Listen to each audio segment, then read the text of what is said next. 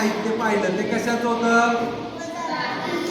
आणि हे शैक्षणिक साहित्य कशाचं आहे बेरजेचं आहे. हे कशावरून कळलं तुम्हाला आहे का नाही चिन्हावरून कळालं. इथं लिहिलेलं पण आहे अक्षरामध्ये आणि इथं त्या बेरजेचं चिन्ह सुद्धा आहे बरोबर.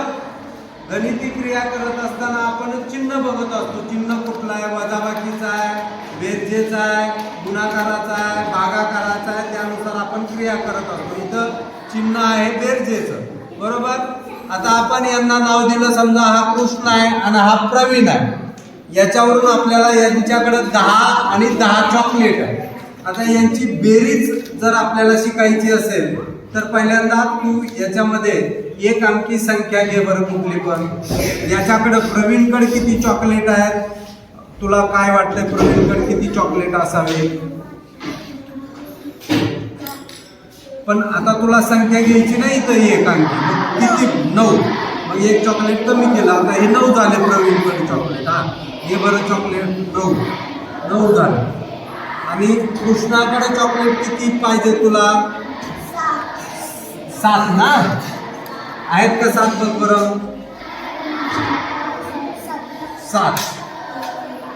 आता 9 अधिक 7 यांची बेरीज करायची आपल्याला. याच्याकडे किती आहेत 9 चॉकलेट आहे याच्याकडं 7 चॉकलेट आहे. या चॉकलेटची आपल्याला बेरीज करायची उत्तर लिहायचं म्हणजे 9 अधिक 7 बरोबर किती. हे सगळे चॉकलेट रोज आहे रोज बरं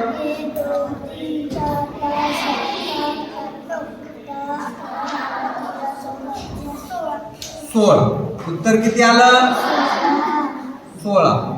आता हे उत्तर बरोबर आलं 9 आणि 9 अधिक 7 बरोबर 16. आता दुसरं घे बरं दुसरी अंक घे त्यानुसार तुला चॉकलेट पण इथे घ्यायचे. अंक घे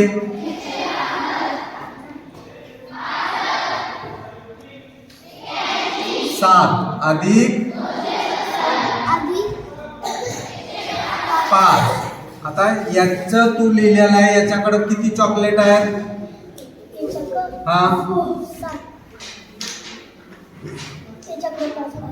हा मग 5 चॉकलेट घे त्याच्याकडं.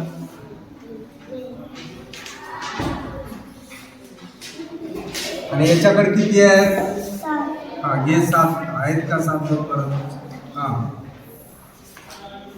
7. आता काय करायचंय हा कर बरं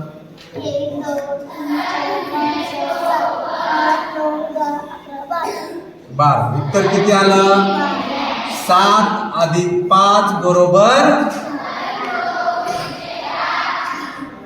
12. ओके.